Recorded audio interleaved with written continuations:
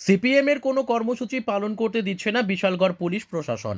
মঙ্গলবার office টিলাস্থিত CPM কার্যালয়ে এক সাংবাদিক সম্মেলনে এই অভিযোগ করলেন বিশালগড়ের প্রাক্তন বিধায়ক ও দলের মহকুমা কমিটির সম্পাদক। ২রা জানুয়ারি অফিস টিলা বাজারে দলের কর্মসূচি ও মিছিল করাতে পুলিশ প্রশাসনের কাছে ৩১শে ডিসেম্বর অনুমতি চাওয়া হয়। ২রা জানুয়ারি অর্থাৎ মঙ্গলবার সকালে দলের নেতৃত্বদের পুলিশ জানিয়ে দেয় সেখানে ওনারা কোনো রকম কর্মসূচি পালন করতে পারবেন না, কারণ সেখানে ভারতীয় জনতা পার্টির কর্মসূচি রয়েছে। স্থানীয় সিপিএম নেতৃত্বদের অভিযোগ, পুলিশের কাছে যখন ওনারা অনুমতি চেয়েছিলেন তার আগে অন্য কোনো দল সেখানে কর্মসূচির জন্যে পুলিশের কাছে আবেদন করেনি। পুলিশ বর্তমান শাসক দল বিজেপির দলদাসে পরিণত হয়েছে। প্রতিনিয়ত বিজেপির জনপ্রিয়তা কমছে বলে অভিযোগ করেন তারা।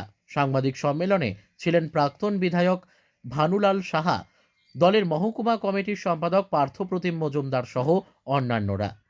আগে বিজেপি দরখাস্ত করে নাই, বিজেপি দরখাস্ত করেছে যখন আমরা চেয়েছি। এখন তারা মানে খোঁজখবর আপনারা নিতে পারেন, তারা হয়তো বলবে আগে দিয়েছে। তা আগে দিলে আমাদের বললো না কেন?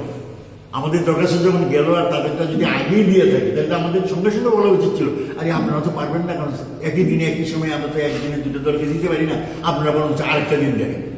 এটি সাধারণ এটিকে পুলিশ থেকে হয়েছে বলে দিলে আমরা তো হ্যান্ডস্পট দাঁড়িয়ে বলে দিতাম যে না 2 তারিখ না, এটা আমরা 1 তারিখ করব। কিন্তু এটা বললো না। তারপরে এসপিকে দিয়ে চাপ দেওয়ার পরে জানালো যে এটা বাতিল হয়েছে। বাতিল কথাটাও জানাতে রাজি না।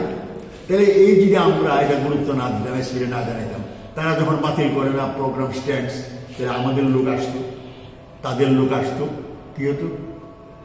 রিপিটেশন অফ চললাম। আমরা তো অশান্তি চাই না, আমরা শান্তি চাই। কিন্তু পুলিশ অশান্তি তৈরি করার জন্য বিজেপির মধ্যে যে একটা অংশ শুধু অশান্তি করতে চায় তাদের সঙ্গে মদত দিচ্ছে। বিজেপির সব লোক নিশ্চয়ই অশান্তি চায় না। Bureau report, news daily Bharat.